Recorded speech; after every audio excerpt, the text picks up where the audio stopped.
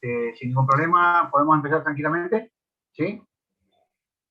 Bueno, lo que vamos a ver hoy son clases de huevo, larva, pupa, o sea que vamos a ver todos los estados inmaduros previos al adulto. Después vamos a ver qué características tienen los adultos. Y así vamos a seguir tanto con la parte externa como interna del insecto hasta completar todo lo que es las distintas estructuras y los distintos aparatos que conforman un insecto adulto. Como dice el nombre de la clase, vamos a ver los estados inmaduros de huevo, larva, ninfa y adulto.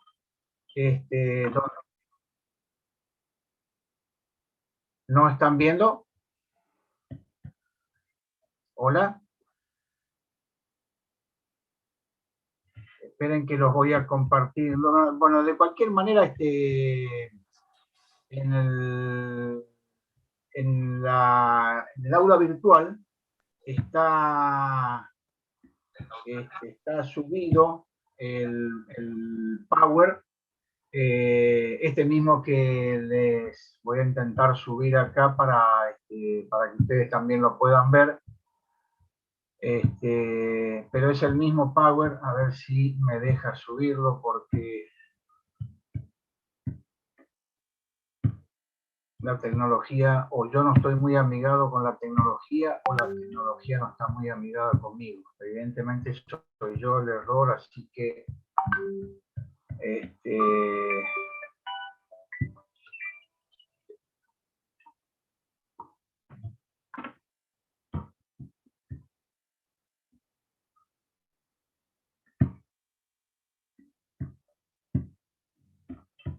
a ver si lo puedo.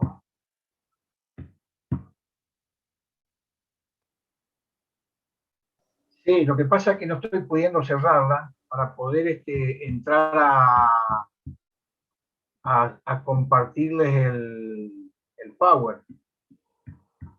Por eso no lo estoy pudiendo cerrar, y cuando lo quiero cerrar me da la señal para salir de la reunión, porque yo no quiero salir de la reunión. Si no, tengo que hacer todo el lío otra vez para entrar. Y minimiza nomás entonces, profe. Ahí al lado está la rayita. Ahí. Sí, lo que pasa es que me da otra vez cancelar los alemanes. A ver si...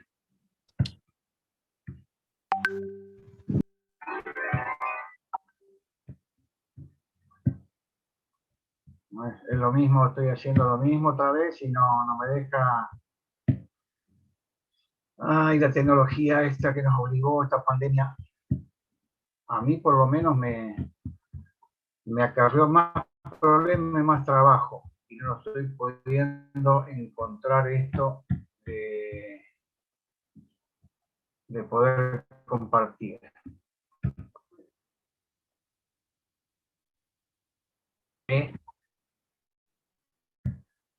Sí, pero no me deja compartir así, a ver si ahí puedo encontrar dónde está el archivo. Yo lo tengo subido acá, tengo el pendrive conectado, pero cuando lo pongo compartir se me cierra toda la pantalla. Y encima ahora me empieza a dar señal de que tengo inestable la señal de internet.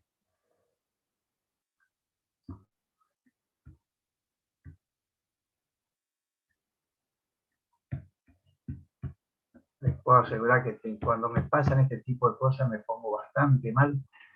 Y me da ganas de que volvamos al pizarrón y a la tiza como antes. El repodrido de esta computadora, que no hay ninguna conectividad, ningún intercambio entre ustedes. Prefiero lo presencial 1000 veces. Bueno, chicos, ya no sé cómo hacer para compartir esto, compartirles el Power. Profe, no se preocupe, de última de la clase y después nosotros buscamos el Power. Claro, pero estaba pensando en eso. Estaba pensando en eso. Paciencia. Les voy hablando y les voy explicando, porque si no se nos va a ir la hora. Vamos a perder el tiempo buscando cómo conectarnos y después veremos la próxima. De igual manera, como les decía, en el aula virtual, en la página de UNE Virtual, ahí donde están todas las clases nuestras, ahí está subido este Power, está disponible para que ustedes lo puedan descargar y lo puedan ver, y no hay modificaciones porque ya todos los cambios que se hicieron para que cuando ustedes lo abran esté bastante actualizado. Así que lo que yo les voy a decir acá, más aparte de alguna cosita que pueda agregar en este momento, la mayoría está en ese paso. Así que bueno, empecemos y vamos a ir avanzando todo lo que podamos mientras nos da tiempo. Los distintos órdenes que conforman los insectos que nos interesan inician su ciclo de vida a través de la unión de las dos partes, o sea, las dos gametas masculinas y femeninas, en donde cada uno de los padres aporta cada uno de los gametos para conformar en esa unión, donde hay una unión sexual, conforma un huevo, o sea, donde hay el aporte masculino y femenino, el individuo que se va a originar a partir de esa unión, se origina a partir de una estructura que la llamamos huevo, y ahora vamos a ver cuál es su composición. Cuando el individuo que se origina no es a partir de una fecundación, o sea, entre el óvulo femenino y el espermatozoide masculino, me origina sí un individuo, pero a esa estructura la llamamos ovocito. Entonces, un huevo es el resultado de la unión de las gametas masculina y femenina, y en el caso de ovocito es solamente el aporte de la gameta femenina.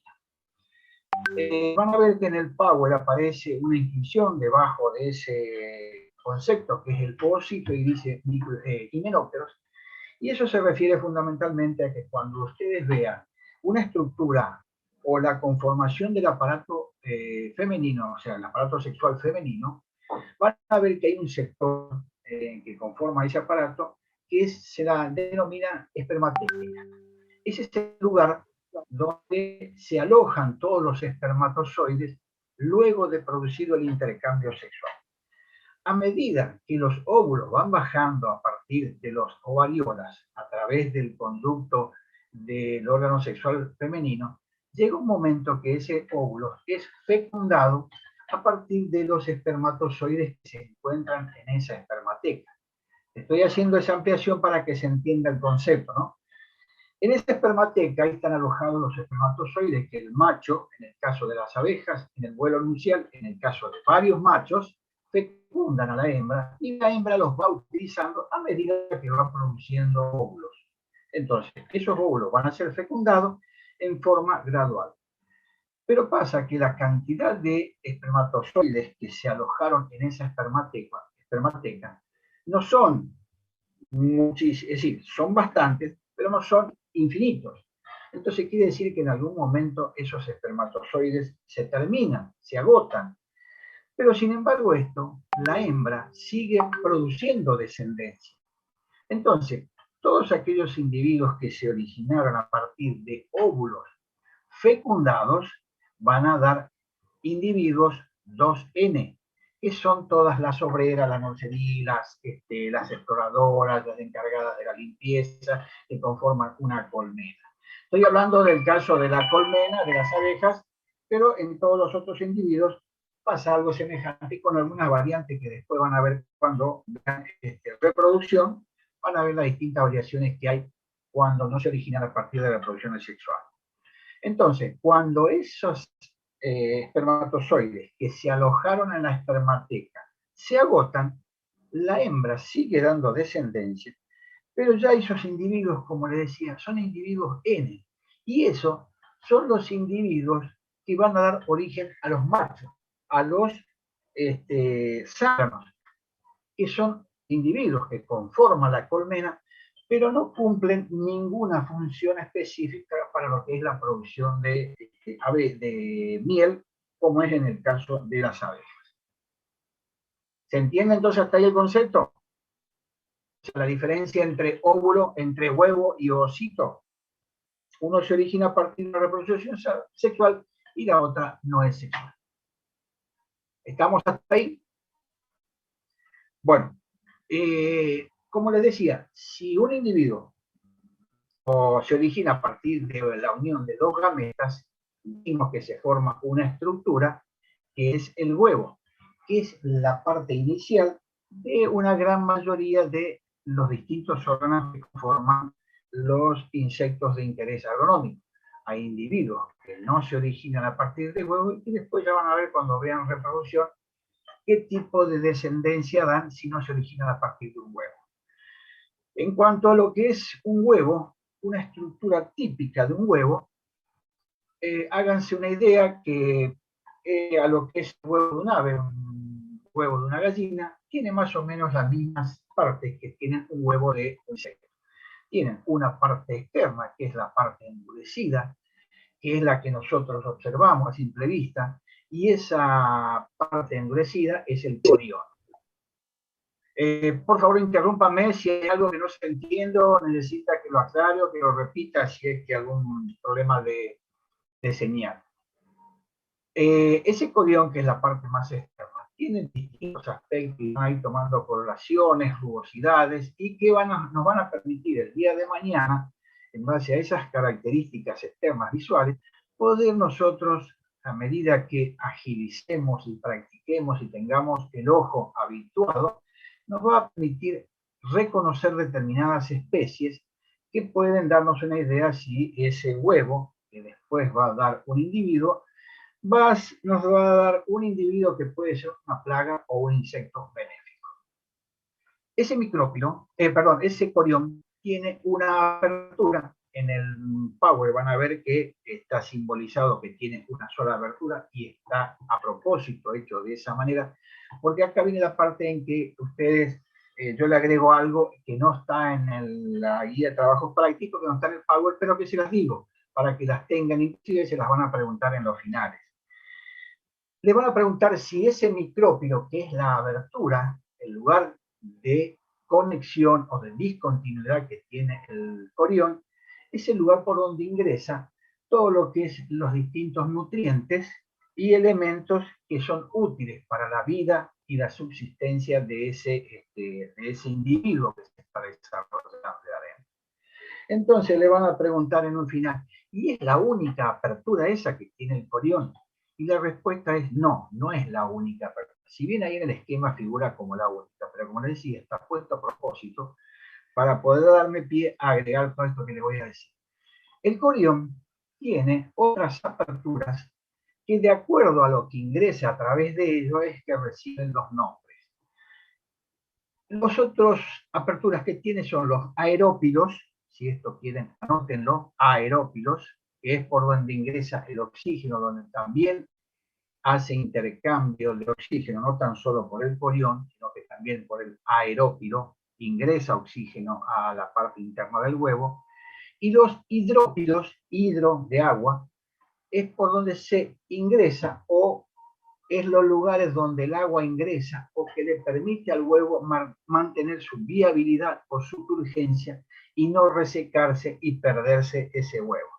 Entonces, las distintas aperturas las podemos agrupar entre el micrópilo, los aerópilos y los hidrópilos. ¿Bien hasta ahí? ¿Sí?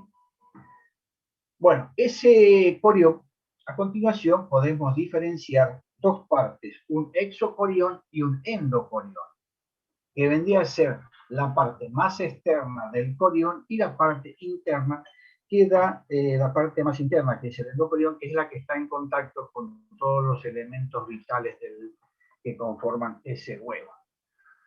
Y a continuación de ese endocorión, si ustedes lo asocian, como yo les decía hoy, con lo que es la estructura o la forma de un huevo de un ave, van a ver que cuando hacen hervir un huevo y lo pelan, debajo de esa cáscara queda como una pequeña película o pequeña membrana, y eso vendría a ser la membrana vitelina, que es la que encontramos también en los huevos, que son lo que les permiten seguir realizando una permeabilidad selectiva en cuanto a los distintos elementos que pueden ingresar para la nutrición de ese individuo que se va a desarrollar en forma interna.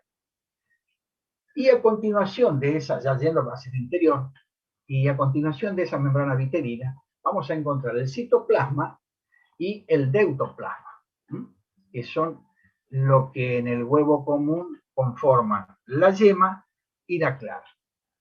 Entonces, ese deutoplasma o yema también es el que contiene el núcleo y es el que contiene la información genética, toda la información genética que se originó a partir de los dos gametos, como decía hoy al comienzo.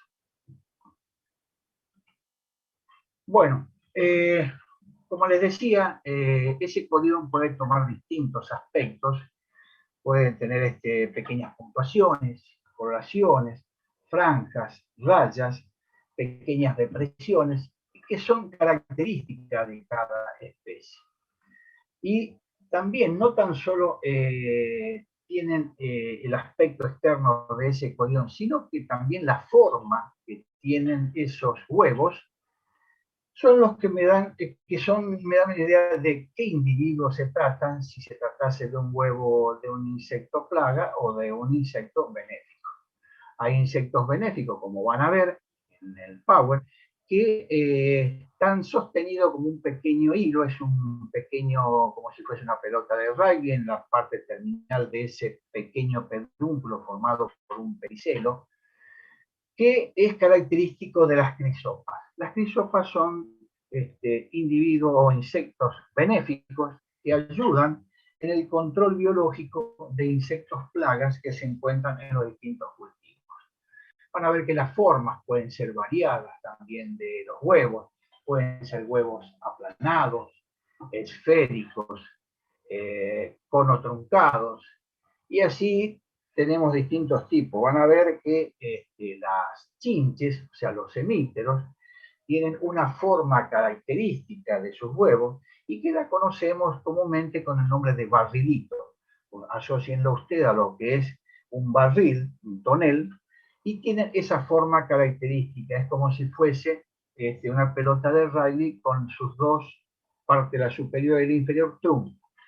Y aparte de tener esa forma característica de los hemípteros también se caracterizan porque realizan la postura de sus huevos en forma agrupada y dándole a ese conjunto de huevos formas geométricas, que pueden ser en la mayoría de los casos formas de hexágono.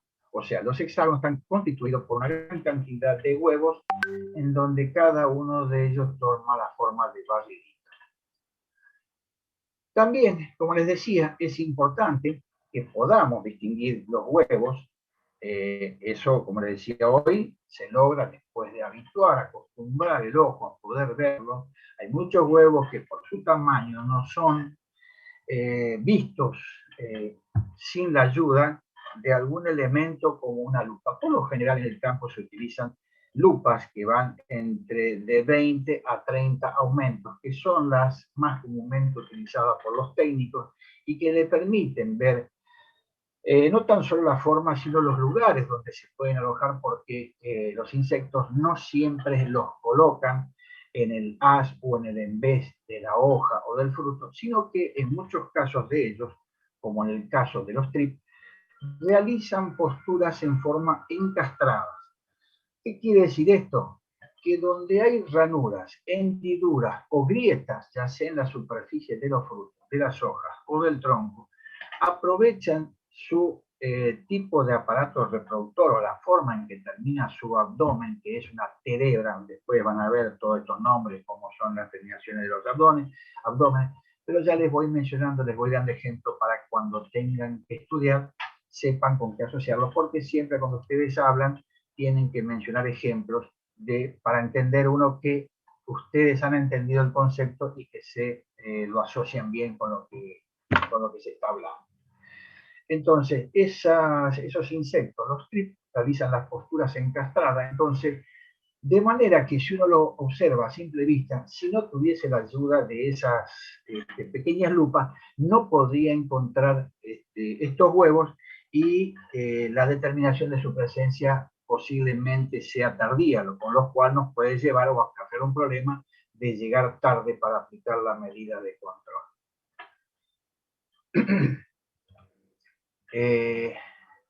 Existen insectos que al mirarlo uno desde arriba pueden parecer semejantes. Y fíjense cuán importante es poder determinar de qué insecto se trata, poder llegar a determinar el huevo de qué insecto se trata, porque esto me va a dar una idea de la medida de control que se pueden aplicar, porque pudiendo diferenciar de qué especie se trata y en forma temprana, como es el caso de los huevos, yo puedo deducir el lugar donde, o sea, si deduzco de qué insecto se trata, puedo deducir a priori en qué lugar de la planta va a comer ese individuo. Porque si no logro diferenciar y utilizo una medida de control, si fuese necesario la química, posiblemente hay insectos que comen en la periferia del canopio de la planta y hay insectos que comen en la parte interna del canopio de la planta. Entonces no es lo mismo aplicar una medida o un principio activo que actúa en forma superficial y en el cual se debe aplicar una determinada presión en los picos, una determinada presión de aplicación, donde tenga que llegar a la parte interna. O sea, no es lo mismo aplicar un producto en forma superficial, que solamente está en la periferia, a que tenga que usar otro principio activo que fuese sistémico, donde necesito llegar a la parte interna de la planta. Y eso lo logro si logro identificar en forma temprana de qué insecto se trata. Cuando vean el Power van a ver que hay dos huevos, uno es de Helicoverpa y otro es de Heliotis, son dos lepidópteros que están, las imágenes ahí, están a la izquierda, están los dos adultos, dos lepidópteros, de color, uno de color ocre y otro de un color ceniciento, en donde si yo miro desde arriba el huevo, aparentemente tienen el mismo aspecto. Y sin embargo, cada uno de ellos comen en forma distinta en los lugares de la soja, si tratásemos estos insectos plagas de esos cultivos. Pero para poder diferenciarlo, tengo que agarrar el huevo y mirarlo de costado. ¿Y qué logro al mirarlo del costado? Es que en el caso de Helicoverpa, yo veo como si fuese una pelota de rugby o como si fuese un paraguas japonés, o sea, como si fuese una media esfera con todos los gajos marcados, pero su base es plana. Ese es en el caso de Helicoverpa. En el caso de Heliotis es como si fuese una pelota de rugby parada bien en forma elíptica, su huevo. Entonces, el otro es parecido, nada más que con la base trunca. Y en el de Heliotis es como si fuese una pelota de rugby con todos los gajos, y eso lo logro mirando de costado los huevos. Si los miro de arriba, los dos son iguales porque los dos tienen gajos, los dos tienen forma esférica, pero uno es una elipse trunca y otro es una elipse completa. ¿Se entiende hasta ahí? Bueno, si no hay respuesta, seguimos. También podemos diferenciar, y van a ver en el Power, que hay insectos que de acuerdo a cómo realizan las posturas, como decía hoy en el caso de las chinches, hay otros insectos, como en el caso de Spodoptera, que es otro lepidóptero, también plaga de diferentes tipos de gramíneas y leguminosas, donde la postura de sus huevos lo realiza cubriendo esos huevos con pelos que se saca con sus patas, desprendiendo esos pelos de la parte terminal de su abdomen. Entonces cubre esos huevos de manera de camuflarlo y evitar la acción de los depredadores. Entonces, cuando yo veo una masa de huevos cubierta por pelos, yo puedo anticiparme diciendo que esos son huevos de Spodoptera. Entonces, por lo tanto, voy a implementar las medidas de control de acuerdo a la forma en que come este insecto. ¿Se entiende hasta ahí más o menos por qué la importancia de poder diferenciar en una etapa temprana de huevos los huevos de las distintas especies? No sé si estoy hablando, ¿me escuchan? Sí, ¿no? Sí, profe, se ¿Alguno entiende. ¿Sí? ¿Se escucha? Bueno, sí. Yo sigo hablando, no importa, yo no por si no, porque yo no me doy cuenta si por ahí se me corta el sonido, ¿no? Y por ahí estoy hablando y usted no me está escuchando. Bueno, sigamos. También después sigue, ahí sigue otra parte del Power, donde hay insectos, como en el caso de los protópteros, o sea, de las tucuras y de las langostas, que no realizan la postura en la parte aérea de la planta, sino que la postura la realizan en el suelo. Cavan con su aparato sexual, la parte terminal de su abdomen, cavan pequeñas cavidades en el suelo y van depositando los huevos, y la parte terminal de ese pequeño hoyo la tapan con excreciones, secreciones glandulares y excrementos. Y esa forma de realizar la postura en forma agrupada, en donde se recubren con excrementos, las llamamos ootecas. A diferencia de los otros que se colocan aún cuando fuesen cubiertos por pelos, como vimos en el caso de la Spodoptera, en el caso de que estos huevos se colocan en forma de cartuchos, como si fuese rellenos con huevos, a ese tipo de posturas las llamamos ootecas. Y les voy a dar un ejemplo con algo que quizás ustedes conozcan o por lo menos hayan visto. Ustedes han visto que las cucarachas, a veces cuando encontramos una gran cantidad y donde el lugar donde la encontramos por ahí probablemente esté invadido o haya una buena cantidad, a veces vemos como pequeños rectángulos de color marrón oscuro o negruzco, pero eso no es un huevo, eso es un conjunto de huevos. Y si uno lo mira de cerca, cuando lo vean al Power, van a ver que esos tienen como pequeñas divisiones, en la parte externa de ese cartucho, tiene como pequeñas divisiones, y cada una de esas divisiones es un huevo. O sea, las cucarachas, o sea, los blatáridos, colocan sus huevos en ooteca, del mismo modo que realizan los ortópteros, o sea, las tucuras y las langostas. También hay otros individuos, como el mamboretá, el tatadios, habrán visto, y lo van a ver ustedes en la imagen del Power, que también realiza postura en ooteca. O sea, cuando yo encuentro un conjunto de huevos cubierto por una sustancia mucilaginosa o seda o algún tipo de excremento, y abro y dentro hay un conjunto, hay huevos, eso yo lo llamo ootecas. Cuando la postura es encastrada, o en superficie, en el aso, en el embeso, o dentro del fruto, eso no son ootecas. Todos estos insectos que estuvimos viendo anteriormente, eso no es ooteca por el hecho de que estén agrupados. El agrupamiento cubierto por sustancia mucilaginosa y sustancia de excremento, a eso sí lo llamamos ooteca. ¿Se entiende la diferencia entre lo que es una postura conjunta y una ooteca? ¿Sí? Bueno, también hay otros Ingeniero, insectos, ¿sí? disculpe, tengo una consulta. En el caso de las Sí. ootecas, que son el conjunto de huevo cubierta por una sustancia mucilaginosa, ¿en estos casos Sí. también habrían poros para los intercambios de gases y agua? Sí, también hay porque no son estructuras cerradas herméticamente, más allá que esa ooteca es una estructura de protección para contra los depredadores que hay insectos que se alimentan de huevos de insectos y por lo tanto detectan la presencia de esos huevos, ya sea en ootecas o no, y se alimentan de ellos.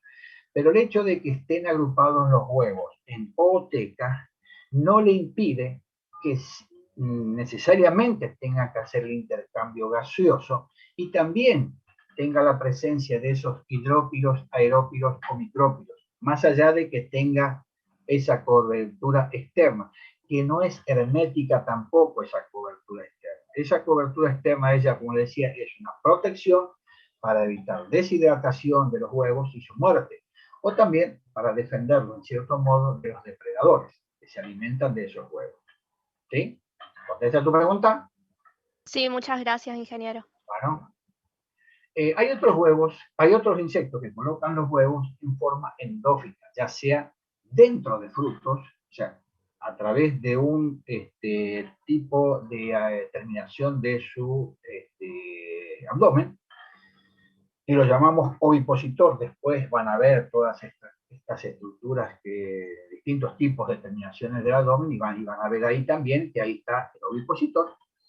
En el caso de la mosca de los frutos, que es un díptero, una mosca, el adulto coloca los huevos realizando una pequeña incisión por su ovipositor dentro del fruto, y dentro del fruto, en la altura del mesocarpio y de la pulpa, deposita los huevos de manera de garantizar que el individuo que nazca a partir de esos huevos que están dentro del fruto tenga el alimento cercano y de esta manera garantizar la viabilidad o el crecimiento de esa larva, en este caso de esa larva, que se va a desarrollar a partir de ese huevo. O sea, los insectos, si hacemos un pequeño resumen, cada uno tiene su forma, su color, su aspecto externo. Pueden tener pelos, pueden ser glabros, o sea, no tener pelos, pueden ser rugosos, pueden ser lisos, pueden ser colocados dentro de los frutos, pueden ser colocados dentro de estructuras de protección como son las ootecas, pueden colocarse en forma aislada. O sea, la variabilidad en cuanto a lo que es su aspecto externo es innumerable. Se puede decir que todos los insectos tienen un huevo característico. O sea, que no hay dos insectos que tengan la misma forma o no tengan la misma coloración o tienen sí algún aspecto externo diferencial que caracteriza a esa especie. Entonces, si uno lograse habituar el ojo o acostumbrarlo a poder diferenciar especies, que hay especialistas exclusivamente de huevos, yo podría lograr identificar cada especie a través de ese huevo, que es la etapa inicial de los distintos estados preimaginables, imago se le dice al adulto, son todos los estados, es decir, estos huevos es un estado previo al adulto y cada insecto tiene su huevo característico. También hay insectos, como en el caso de los benéficos, que también realizan posturas dentro de otros insectos. Recuerden, después van a ver a futuro también todos aquellos insectos que son parasitoides, que realizan las posturas de sus huevos también con su ovipositor a través de una pequeña aguijón que introducen dentro de ya sea el estado adulto del insecto huésped, el estado inmaduro, que puede ser de larvas, de ninfas o de pupas, pero logran introducirle dentro del cuerpo de ese insecto que es su huésped. Bueno, después van a ver los distintos estados de los distintos ejemplos que siguen. Bueno, llegamos hasta acá a la etapa de huevos. De aquí van a emerger individuos que se pueden parecer mucho al futuro adulto o que no se pueden parecer. Y ahí vamos a ver las diferencias. Hasta acá, ¿alguna duda? ¿No? Bueno, como les decía, aquí emerge un individuo, suponiendo que proveniese de la fecundación de un óvulo con un espermatozoide a partir de un huevo. De aquí, dependiendo del tipo de metamorfosis, los individuos los podemos clasificar en tres categorías. Los que tienen metamorfosis completa, los que tienen metamorfosis incompleta y aquellos individuos que tienen una metamorfosis intermedia, y también hay algunos individuos que no sufren metamorfosis, o que sea que el individuo que nace es igual al adulto, lo único que puede cambiar es el aspecto, el tamaño. Pero dependiendo de que si un individuo se origina o tiene metamorfosis incompleta, vamos a tener que los individuos que nacen a partir del huevo lo vamos a llamar ninfas. ¿Sí? Vayan reteniendo ya ese concepto porque después a futuro lo vamos a seguir utilizando y que son característicos de distintos tipos de orden. Pero aquellos individuos en los cuales tienen una metamorfosis completa, vamos a tener que el individuo que se origina a partir de un huevo lo llamamos larva, y el que continúa a ese estado lo llamamos pupa. Y el estado final es el adulto. O sea, metamorfosis incompleta, huevo, ninfa, adulto. Metamorfosis completa, huevo, larva, pupa, adulto. ¿Se entiende el concepto así? ¿Todo bien? Bueno. Sí, profe. Listo. A ese primer individuo, o sea, al huevo, si arrancamos del huevo, yo identifico al huevo que es una fase. Le doy el concepto o lo incluyo dentro del concepto de fase. O sea, es la fase de huevo. Si vamos a metamorfosis incompleta, vamos a, como le dije recién, vamos a tener que tenemos huevo, ninfa. La ninfa es una fase y el adulto también es una fase. O sea que, si hacemos un resumen, metamorfosis incompleta, la fase de huevo, la fase de ninfa, la fase de adulto. ¿Sí? Esa ninfa no siempre es del mismo tamaño. Ahora vamos a ver después las características de las ninfas, o qué es lo que caracteriza a una ninfa. Pero vamos a ver que hay individuos, por ejemplo, si alguna vez ustedes vieron cuando nacen las chinchas, o cuando nacen las tucudas o la langosta, van a ver que esas ninfas, que son muy parecidas a los adultos, pero tienen algunas características diferenciales, que ya vamos a ver es cuál, esa pequeña ninfa que nace tiene alguna característica y se le van agregando cosas nuevas hasta completar el desarrollo total, que es el adulto. Entonces, ese estado de ninfa, a medida que va creciendo, toma estadios intermedios.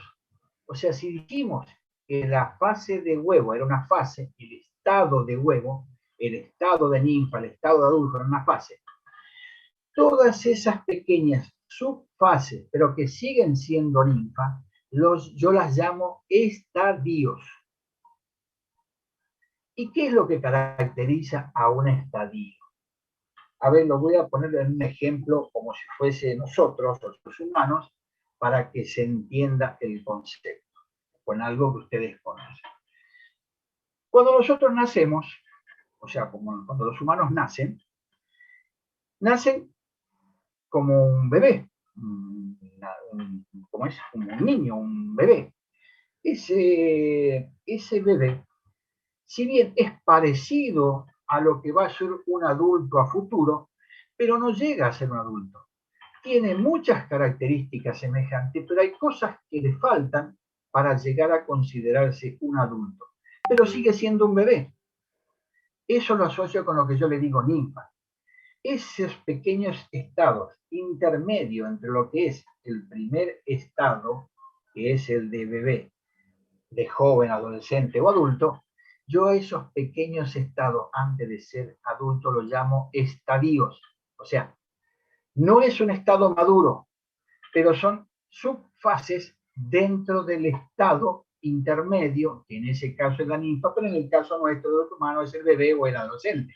O sea, no llegan a adultos. El adulto humano, tiene alguna característica que lo diferencia del adolescente o del bebé. En los humanos, ¿cuál se les ocurre a ustedes que pueden ser la característica diferencial que los diferencia a un bebé, de un adolescente, de un adulto? Y que yo puedo decir, esto es un adulto o esto es un joven, un adolescente. ¿Cuál se les ocurre que pueden ser las características que los diferencian? ¿Ninguna? Por sus órganos. La madurez sexual. Un joven, un adolescente, un bebé, un niño, no se puede reproducir porque no tiene sus órganos sexuales desarrollados. En el caso de las ninfas, de los insectos, pasa lo mismo. Hay algo que le falta completarse, eso es otra característica que vamos a ver ahora, que los diferencia de los adultos. Es semejante, pero no son iguales, pero no son adultos. No se lo puede considerar como un adulto porque hay algo que le falta. Eso es de metamorfosis incompleta. Cuando vamos a metamorfosis completa, yo les dije que teníamos distintos estados, que era el primero que arrancaba con huevo, después seguía la larva y después seguía la pupa. La larva, que es el gusanito, vamos a ver ahora distintos tipos de larvas, esa larva, supongamos si fuese una metamorfosis completa, tiene el caso de los lepidópteros, los dípteros, los coleópteros, son todos insectos que tienen esta característica que tienen huevo, larva, pupa, adulto.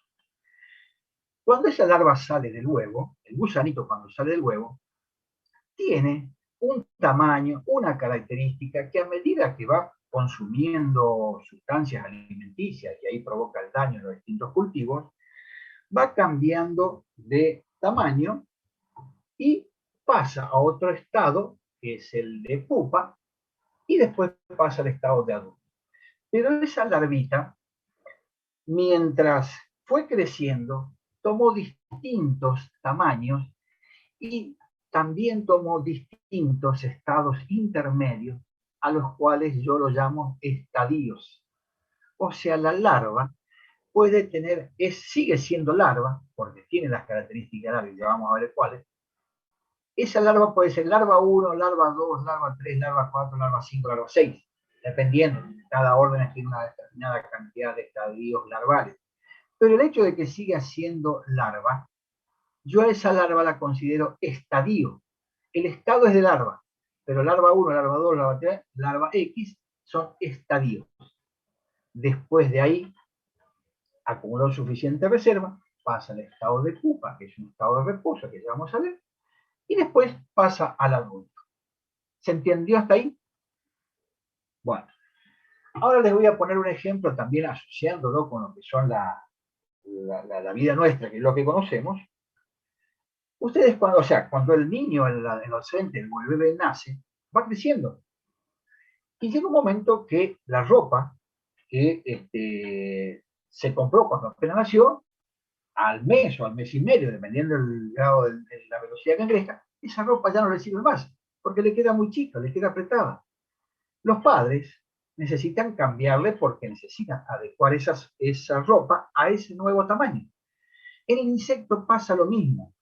Se saca esa estructura externa y a ese sacarse esa estructura externa, después ya van a ver cuando vean ecdisis, que es la eliminación del exoesqueleto, el hecho de sacarse esa caparazón externa la llamamos muda, o sea, muda el exoesqueleto. Las ninfas, como pasamos en el primer ejemplo de estados de metamorfosis incompleta, también mudan. Ustedes habrán visto que a veces cuando tienen la oportunidad, a veces habrán visto en los troncos que hay pequeños pelechos que son de las sicarios o las chicharras. Bueno, ese es el pelecho que se cambia a la ninfa para poder seguir creciendo, madurando y poder llegar a adulto. Lo habrán visto otro cuando las víboras se cambian el pelecho externo que dejan todo ese pequeño tela que es el desprendimiento de la estructura externa que le servía de protección, pero por el hecho de que está creciendo. En el insecto los mismos. Todo ese cambio de estructura externa, a ese procedimiento lo llamo muda. Entonces, ¿qué es lo que caracteriza o lo que diferencia a un estado de un estadio? Yo les dije hoy que larva 1, larva 2, o ninfa 1, ninfa 2. El estadio de ninfa 1 al estadio de ninfa 2, entre medio hay una muda. Entonces, ¿qué es lo que caracteriza a un estadio? En que entre un estadio y hay otro, hay un proceso de muda entre medio. ¿Sí? ¿Se entiende? Bueno. Entonces, ahí ya vemos la diferencia entre qué es lo que es estado y qué es lo que es estadio. Vamos a ver entonces ahora, como les decía, en el caso de metamorfosis incompleta, yo les había dicho que el estado que caracteriza a este tipo de metamorfosis es la ninfa. ¿Qué es lo que yo veo? ¿O cuáles son las estructuras? ¿O cuál es el aspecto externo que a mí me permite decir cuando veo un insecto, esto es una ninfa, esto es un adulto? Por supuesto que con el huevo hay una diferencia muy grande, entonces yo puedo decir, sí, si estos son huevos, esto no es. Puede ser a partir de un huevo me origina un individuo de metamorfosis completa o de incompleta. Pero cuando yo veo una ninfa, que es el estado preimaginal de un individuo de metamorfosis incompleta, tiene estas características que les voy a mencionar. Como dijimos, su forma es semejante al adulto. Si ustedes lo remitimos a lo que era otro ejemplo, el gusanito, de lo que es la metamorfosis completa, tiene una forma muy distinta a lo que es una mariposa, un lepidóptero que es adulto. O sea, las formas son muy distintas. Yo puedo decir, sí, esto es una larva, esto es un adulto. Pero cuando yo veo los individuos de metamorfosis incompleta y que tienen ninfa, yo puedo dudar de decir que eso es un individuo adulto. Y me tengo que fijar en ciertas cosas para poder decir, esto es una ninfa, esto es un estado adulto. ¿Y por qué es importante saber si es un estado de ninfa o es un estado adulto? Y porque los hábitos, y tanto sea de reproducción, que no se están reproduciendo en este caso, porque como decía hoy, no tienen los órganos sexuales desarrollados, pero sus hábitos alimentarios pueden ser muy distintos entre lo que es un adulto y un estado ninfal. Entonces es importante que pueda reconocer si es un adulto o una ninfa. ¿Cuáles son las características? La coloración. La coloración puede ser totalmente distinta o muy semejante o tener puntuaciones que son características de las ninfas, pero que no se presentan en los adultos. O sea, la coloración es el primer aspecto que se ve, el aspecto externo que se ve en un individuo para decir esto es un estado inmaduro. También sus formas. Hay distintos elementos externos que yo no puedo encontrar en la ninfa, pero sí los voy a encontrar en el adulto. Y esos son la presencia de los esbozos alares. O sea, no llegan a ser alas completamente desarrolladas porque no sobrepasan el largo del abdomen. La mayoría de los individuos adultos, sus alas están completamente desarrolladas y en la mayoría de los casos puede ser igual e inclusive son mayores que el largo de su abdomen. Eso es una característica de un adulto. Entonces, si encuentro un individuo con alas más chicas que su abdomen, yo puedo decir que ese es un individuo, una ninfa. Como les mencionaba hoy también, estos individuos, las ninfas, no se están reproduciendo porque no tienen sus órganos sexuales totalmente desarrollados. Lo único que sí, hay una continuidad alimentaria, o sea, tanto la ninfa como el adulto siguen produciendo daños, o sea, no hay un parate en la alimentación, y en la ninfa se debe fundamentalmente esta característica, ya que hay una continuidad alimentaria, lo mismo que en las larvas, como vemos en otro caso, porque este es el momento en que están produciendo daño y están acumulando reservas para producir la maduración de órganos y el completo desarrollo de sus alas, de sus patas y de sus órganos internos. Entonces, por eso necesitan seguir alimentándose y por lo tanto hay una continuidad alimentaria y hay una producción continua del daño. ¿Sí? Y otra característica que diferencia a las ninfas de otros estados es que sus terotecas,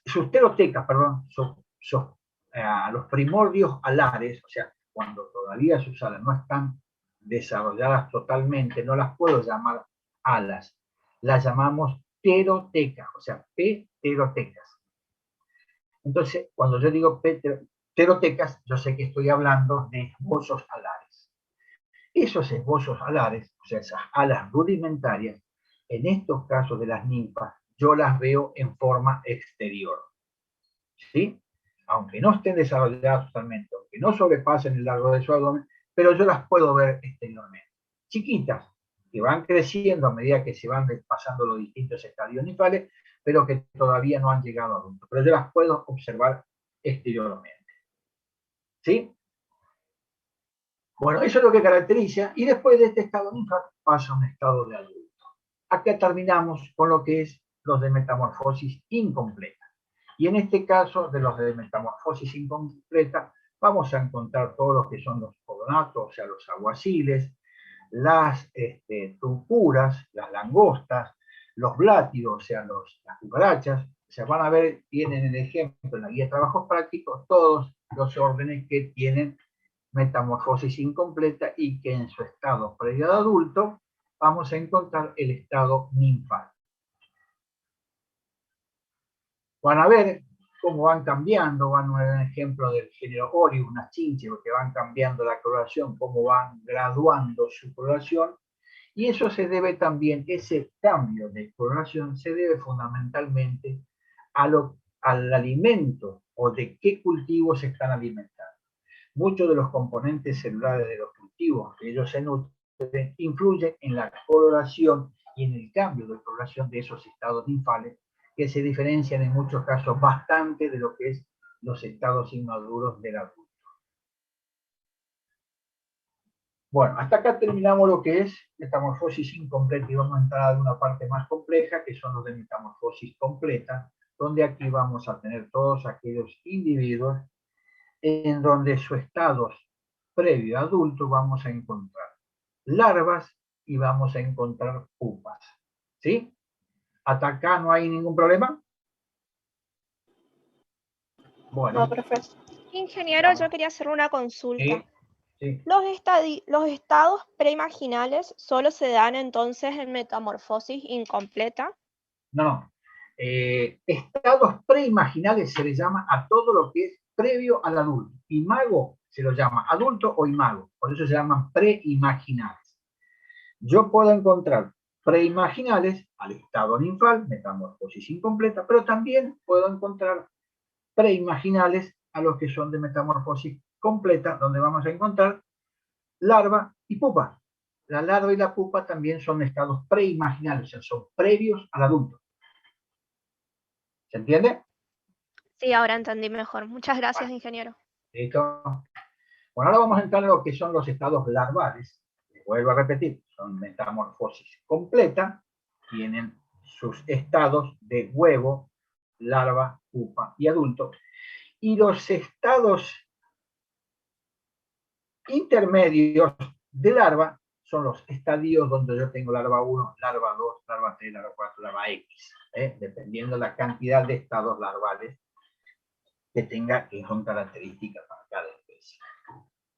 Y hay una pregunta que nadie me la hizo, pero como no me la hizo, me la voy a hacer yo y me la voy a contestar yo. O sea que si está mal, nadie me puede decir que nada. Nada.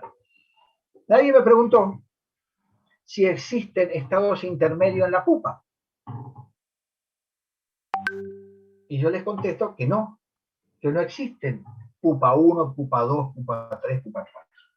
¿Y por qué no me pueden haber contestado esto? Porque yo no les di toda la información suficiente como para que me pudiesen haber contestado. Pero puede ser una pregunta de parcial, de final, una vez que ustedes ya tengan los conceptos. ¿Por qué el estado de pupa no tiene estados intermedios? O sea, no tiene estadios intermedios. Porque el estado de pupa, como vamos a ver ahora, es un estado de quietud.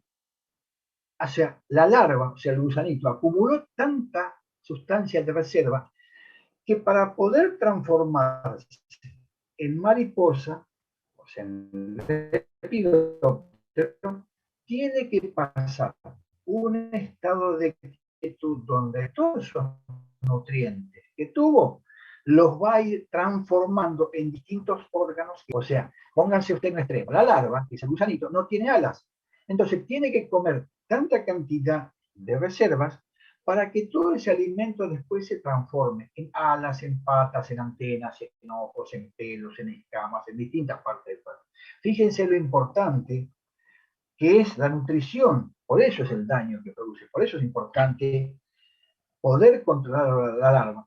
Porque el adulto, si es un lepidóptero, no me provoca daño. Por eso es importante yo cuando después veamos la clase de monitoreo, poder determinar o dimensionar el tamaño de las larvas de un individuo plaga que hay en un cultivo, porque es el que me está provocando el daño. El adulto lo único que va a hacer, va a poner huevos, que sí, bien, no produce un daño directamente, pero produce un daño indirecto a través de la cantidad de huevos que puedan poner. Entonces, el reinicio del ciclo de esa plaga va a estar relacionado con la cantidad de huevos que ponga. Pero en sí, el adulto, en la mayoría de los casos, no produce el daño lo produce la larva, y tampoco lo produce la pupa, porque la pupa es un estado de quietud. Toma distintos aspectos, esa pupa se queda quieta y está transformando interiormente todos los alimentos en distintos tejidos. Algunos se mueren y otros se forman. O sea, hay una generación de nuevos tejidos y una muerte de tejidos. Por eso es importante también cuando veamos la clase de muestra, de muestreo, es poder dimensionar el tamaño de estas poblaciones. Porque si yo recorro un lote y encuentro una gran cantidad de larvas que están próximos en un estadio L5 o L6, ese individuo, esa población, está próximo a ocupar, está próximo a pasar ese estado de quietud. Entonces, ¿para qué voy a aplicar una medida de control donde voy a gastar plata? Lo dejo que pase en estado de pupa y después, cuando nazca la adulta, realizar el control. Por eso es importante poder diferenciar en el estadio en que está una larva, porque dependiendo de ello, me va a determinar a mí como profesional el día de mañana qué medida de control aplico o no, si es que no va a ser efectiva esa medida de control por el estado de desarrollo que tiene. Por eso es importante que conozcamos las características que tienen todos estos estados y estadios previos al adulto. Bueno, ¿qué es lo que caracteriza a una larva? Como les decía hoy, la forma morfológicamente es distinto al adulto. Ustedes imaginarán lo que es un gusanito con respecto a una mariposa. Pónganse los dos extremos para que se hagan una idea de lo que estoy hablando.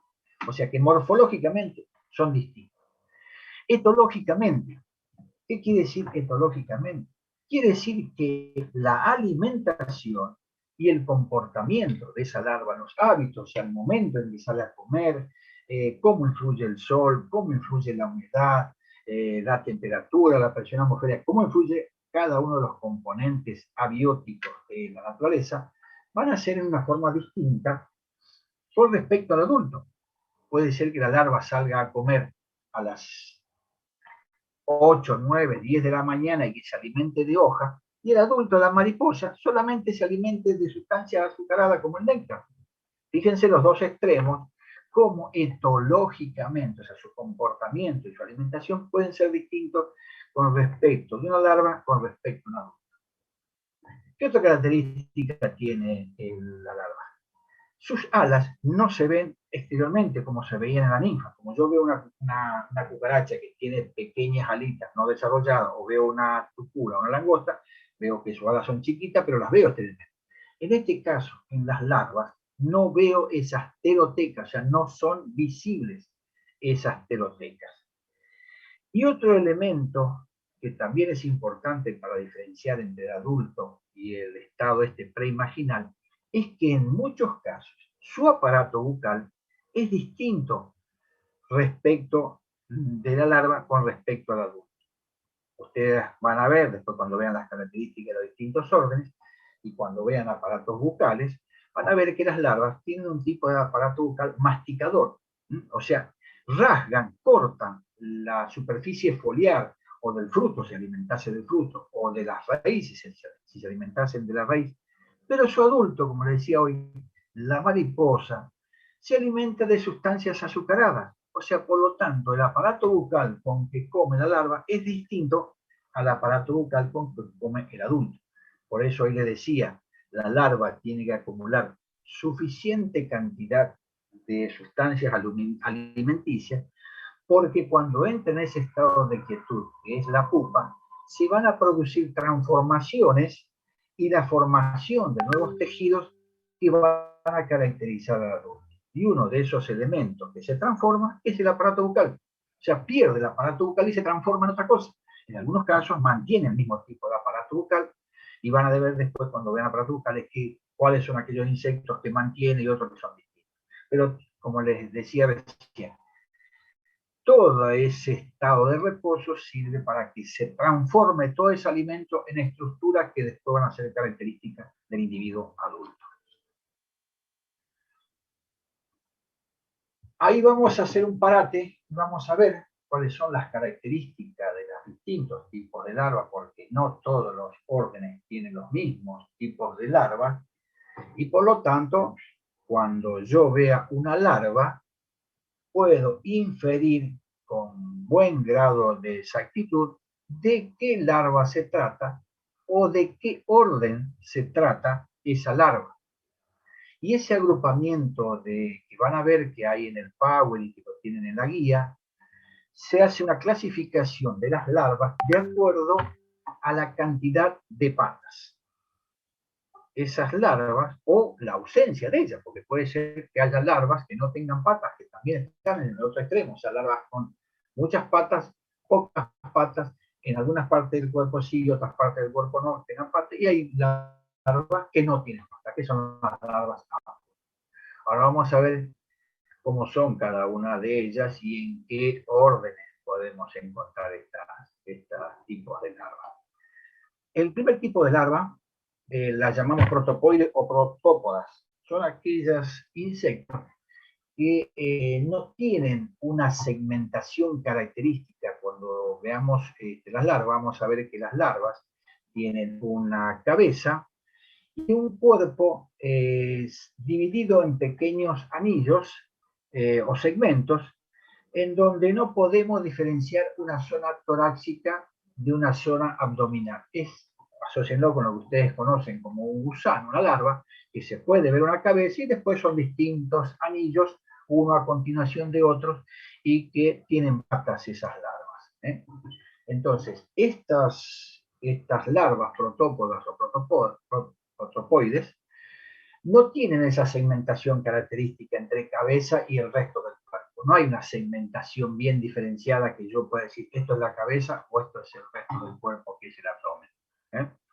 A ese tipo de larva las llamamos ciclociformes o naupliformes. Y en ese tipo de larva vamos a encontrar los ejemplos de microhimenópteros, o sea, son pequeñas avispas que tienen el hábito de ser parásitas. O sea, son individuos, como decía hoy, que sus adultos colocan los huevos dentro de otros individuos huéspedes y que esa larvita que se está desarrollando dentro de ese huésped no tiene una segmentación característica diferencial entre cabeza y resto del abdomen. Ahora nos vamos al otro extremo, individuos que tienen patas, pero ahí tenemos que hacer una diferenciación entre aquellos individuos que tienen patas en la zona abdominal, o lo que va a ser el abdomen, y lo que tienen, o lo que va a ser a futuro el tórax. O sea, vamos a ver que ese gusano lo podemos diferenciar en cabeza y una sección de anillos a continuación donde la primera parte más cercana a la cabeza es lo que me va a dar después origen al tórax del individuo adulto. Y lo que sigue a continuación va a ser el abdomen, que va a ser el individuo adulto. Puede ser que en esas dos regiones, o sea, en la que está próxima a la cabeza y en la que está próxima al abdomen, en los dos lugares encuentre patas. Pero hay que hacer una salvedad acá. Esas patas que encontramos en las larvas no son patas verdaderas, no son patas como cuando después van a ver las estructuras de las patas y órganos de locomoción, van a ver que no tienen todos los componentes que tiene una pata tipo de un individuo adulto, porque casualmente este no es un individuo adulto, es un individuo inmaduro, es un preinmago. Entonces, esas patas que utilizan para poder desplazarse, yo no las puedo llamar patas, o las llaman, algunos autores las llaman falsas patas o espuripedios. Cuando a ustedes le digan ¿qué es un espuripedio? El espuripedio es la falsa pata que tienen un individuo, como en el caso de las larvas, que son estados preimaginales o estados inmaduros de un individuo de metamorfosis completa. ¿Sí? Entonces, los espuripedios los vamos a encontrar en estos individuos que tienen larvas, que tienen las larvas. Y nos vamos a este otro extremo, donde hay individuos que solamente tienen las patas en la zona cercana a la cabeza, que es la que a futuro va a ser el tórax. Entonces, volvamos a lo que aquellos larvas que tienen patas, tanto en lo que es tórax y lo que es abdomen. Y nos vamos a continuación a solamente que pierden, las que tienen el tórax, o sea, que pierden todas las patas del abdomen. Aquellos individuos que tienen, o sea, aquellas larvas que tienen patas abdominales, patas torácicas y patas abdominales, puede ser que la encontremos. Individuos que tienen 3 pares de patas torácicas y en el abdomen pueden llegar a tener hasta 5 pares de patas. O sea, y esas larvas que tienen esa característica de 3 pares de patas torácicas y hasta 5 patas abdominales, llamamos las larvas eruciformes. Eruciformes. Y son características de los lepidópteros. Van a ver que tienen las 3 típicas patas y las 5 abdominales. Pero pueden ser individuos que también tengan 3 pares de patas torácicas, pero en el abdomen pueden llegar a tener hasta 7 pares de patas abdominales. Y esas son las larvas limaciformes. En este caso vamos a encontrar en algunos lepidópteros que también, plagas de frutales, que pueden ser que tengan las 3 pares de patas torácicas y hasta las 7 abdominales. Ahí tenemos, entonces, en ese grupo las que tienen patas abdominales y patas torácicas. Ahora vamos a aquellas que solamente tienen patas torácicas, se han perdido las abdominales. Y aquí vamos a encontrar la mayoría de los coleópteros. Como les decía hoy, puede ser que cuando yo vea una larva, si tiene patas abdominales, es muy probable que sean lepidópteros, independientemente de que tengan 3 y hasta 5, 3 hasta 7.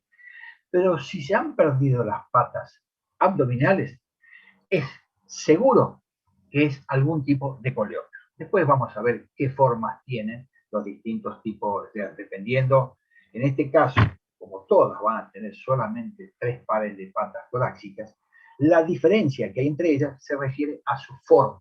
Y ahí vamos a tener las larvas, que son campodiforme, escarabeiforme, carabeiforme, elateriforme y cerambiciforme. Y esos nombres se deben a que en la mayoría de ellos son los nombres de la familia. La larva campodiforme se refiere a que hay una familia que es el nombre de esa familia es Campodiforme. En el caso de las larvas que son de forma escarabeiforme, la familia es Escarabeidos. En el caso de las larvas carabeiformes, es de los carábidos, de la familia Carabidae. En el caso de los elateriformes, son de los gusanos elateridos, que son los gusanos del suelo. Y en el caso de las larvas cerambiciformes, porque la familia es Cerambicis. ¿Sí? Y todos estos son coleópteros que solamente tienen patas torácicas. ¿Se entendió hasta ahí? Bueno. Y ahora nos vamos al otro extremo, donde se han perdido todas las patas. O sea, son larvas ápodas. No tienen, o sea, tienen solamente la cabeza, su sector a continuación de anillos, uno a continuación de otros, donde no hay una segmentación, o sea, sí hay una segmentación porque se ve la cabeza diferenciada del resto, pero aquí no vamos a encontrar ningún tipo de larva, ningún tipo de patas. Y acá podemos encontrar las larvas de algunos tipos de coleópteros, como en el caso de las larvas curculioniforme, en el caso de una plaga principal de algodón, que es el picudo del algodonero, pertenece a una familia de los curculiónidos. Su larva es ápoda, o sea, no tiene patas, y por eso la larva adquiere el nombre también de esa familia, que es curculioniforme. También vamos a encontrar en el caso de algunos dípteros, plagas de cultivo como la mosca de los frutos, que son apodiformes. ¿Se acuerdan que yo les dije que había adultos que colocaban los huevos a través de su ovipositor dentro de los frutos? La mosca de los frutos es uno de estos ejemplos. Coloca la larva, el huevo dentro del fruto, esa larva que sale de ahí no tiene patas, o sea, no necesita, la naturaleza es sabia y ha brindado, no le ha creído necesario que tengan patas porque el huevo está dentro del individuo que nace de ese huevo, está dentro de su alimento, o sea, no tiene que desplazarse, no necesita patas para poder desplazarse de ir en busca de su alimento. Y esas son las larvas apodiformes. Y por otro lado, también las larvas ápodas, tenemos las vermiformes, que también hay otros individuos que tienen el aspecto de vermes o de gusanos. Por eso adquiere o se le asignó el nombre de vermiforme. Son los 3 tipos de larvas ápodas. Entonces, cuando estén parciales, me pregunten qué tipo de larvas ápodas conocen. Son uniforme, apodiforme y vermiforme. ¿Sí? O que le pregunten qué tipo de larvas oligópodas, campodiformes, caradiformes, latidiformes y ceramiformes. ¿Y qué tipo de larva polípoda? Eluciforme y inunciforme. ¿Queda hasta ahí claro? Y ahí después en el Power están los ejemplos de todo lo que he estado hablando, cómo se ven las patas, cómo se ven los falsos patas o esculiperios, cómo se ven desde abajo. Ustedes van a ver una diapositiva donde van a ver que esas pequeñas patas se sujetan a la superficie de donde están alimentándose porque son como pequeños ganchos que les permiten prenderse a esa superficie por más que la superficie sea relativamente lisa. Son como pequeños forceps. Visto de abajo está la fotografía, la ampliada, y ahí tiene el título que dice esculperia. Así se ve desde abajo una falsa pata. Y también van a ver la foto del costado. Y van a ver las distintas fotos, las distintas imágenes que hay de individuos que tienen los estados larvales. Yo les puse unas diapositivas donde se muestra el estado larval y el estado adulto al lado. ¿Para qué? Porque cuando vean o les toque ver algún cultivo y vean ese estado larval, en algunos casos esos individuos no son plagas, sino que sepan que son el estado inmaduro de un individuo adulto.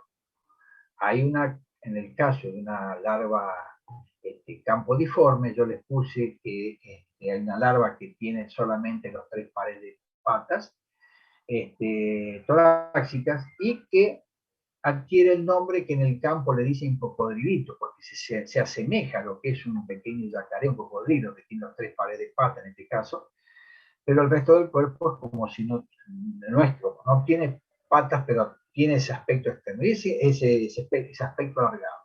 Y si ustedes se aprenden o acostumbran el ojo, van a saber a futuro que esa larva es el estado inmaduro de otro individuo cuya imagen está a la derecha, que es de ciclonera sanguínea, que es un controlador natural. Después cuando veamos la clase de muestreo también vamos a ver cuál es la diferencia entre un controlador natural y un controlador biológico.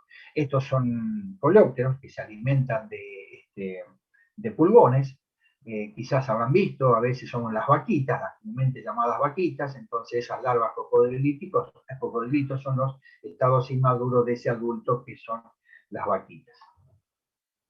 Van a ver también, en el caso de algunos coleópteros, los que son pescadores, van a ver que hay unas larvas que quizás a veces cuando revuelven la basura, van a ver que aparecen unos gusanos blancos grandes. Esos son el estado inmaduro de lo que son el bicho torito o el bicho candado, que es ese pequeño coleóptero cascarudo que tiene una pequeña, un gancho, tiene como un cuerno en la parte del talma cefálico, y es ese estado inmaduro que se alimenta, como les decía hoy, su estado inmaduro se alimenta de una cosa, en este caso se alimenta de materia orgánica del suelo, y en el caso del adulto se alimenta de raíces. ¿Sí? Bueno, van a ver los distintos ejemplos que les pongo cada uno de ellos para que vean cómo es la forma, en el caso de las ápodas también, y los ejemplos. Y vamos a pasar al último estado, que es previo al adulto. Yo les decía hoy que este es un estado de quietud, no se alimenta, no se mueve y no se alimenta.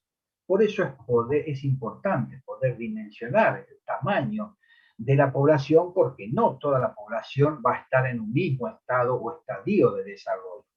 ¿Por qué? Y porque los adultos han colocado los huevos en distintos momentos.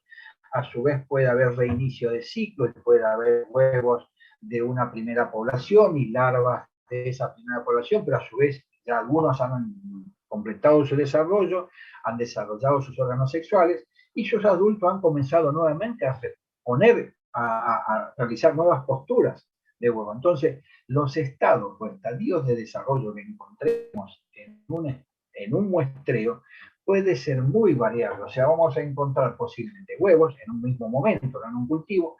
Vamos a encontrar huevos, vamos a encontrar estados larvales, vamos a encontrar estados ninfales, porque ahí coexisten una gran cantidad de poblaciones que se alimentan de ese mismo cultivo o de un estado fenológico de ese cultivo. Entonces vamos a encontrar individuos de metamorfosis completa, incompleta, estadios larvales 1, 2, 5, huevos, vamos a encontrar, y también vamos a encontrar pupas, que sabemos que son los estados de quietud.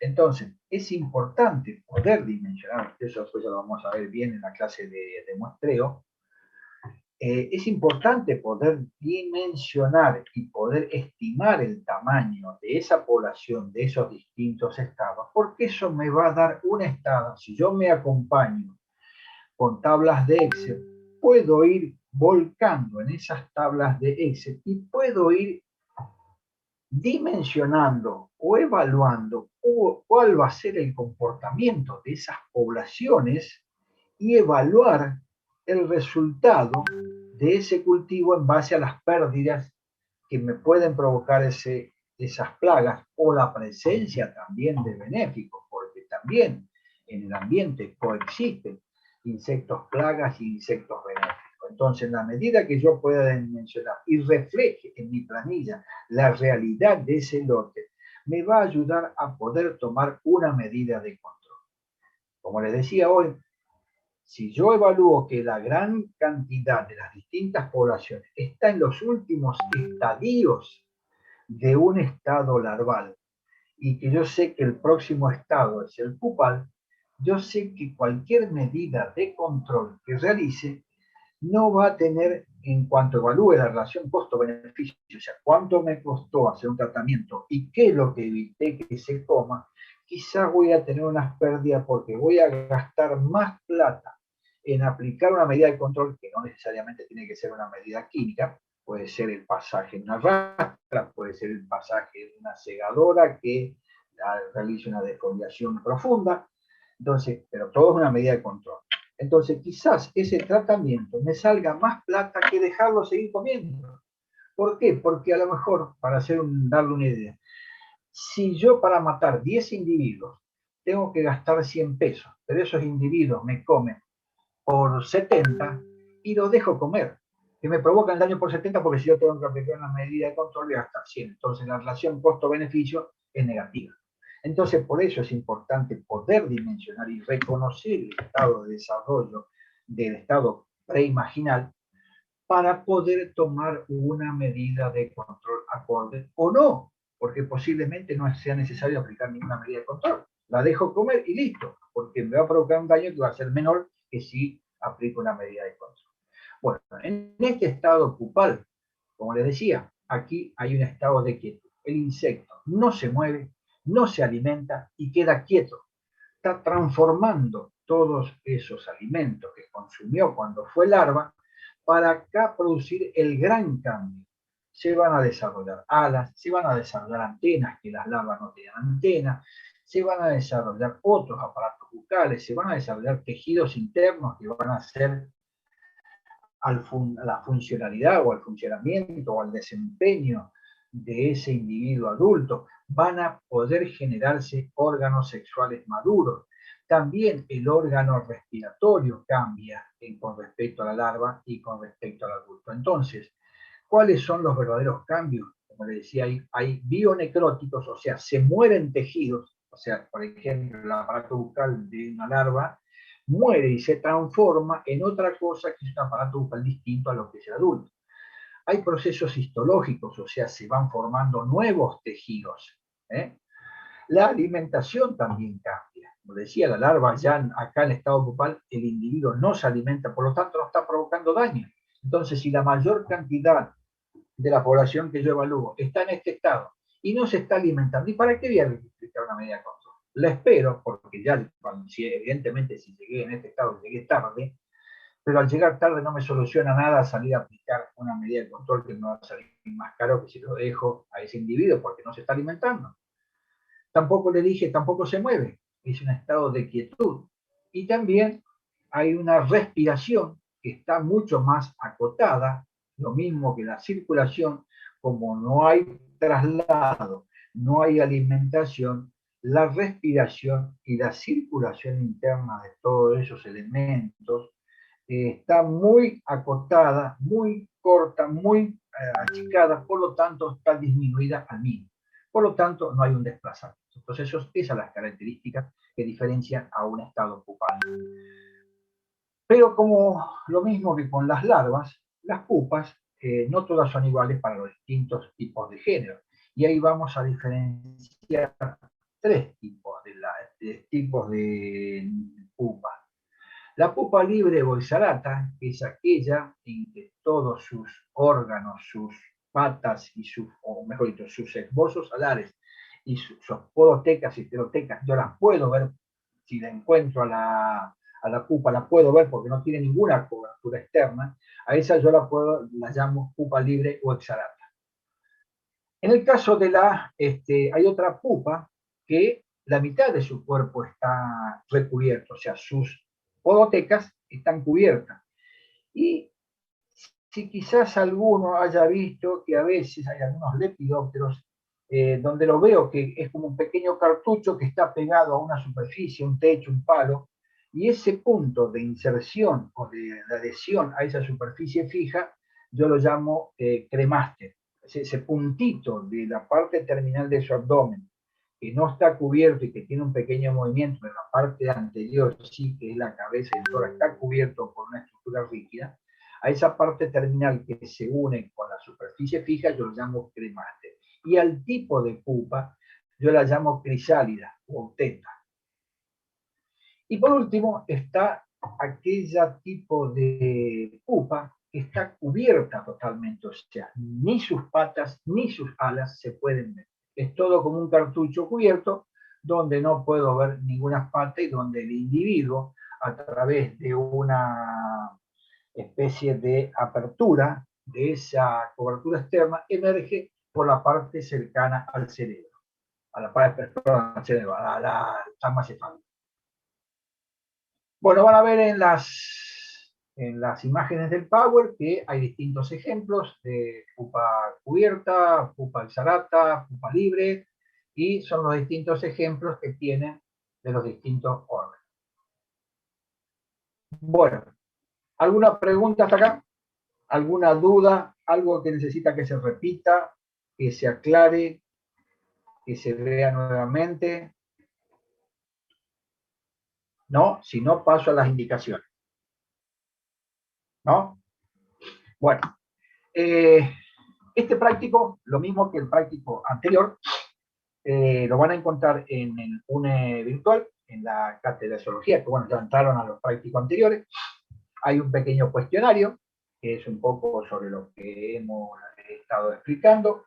Lo contestan en ese mismo y lo suben, lo envían al correo, como ya les habrán dicho hoy, o mejor dicho, otros días, cuál es el correo al que tienen que enviar ese trabajo práctico, y de esa manera ustedes dan el presente y nosotros después, si hay alguna corrección sobre las respuestas que ustedes nos envíen de ese trabajo práctico, le vamos a hacer una repregunta, o si no, ya se lo da por aprobado y con eso se da el presente. Ustedes ya creo que tienen la dirección de correo electrónico, que es zoologiaagrícola.fca, Facultad de Ciencias Agrarias, .une@gmail.com.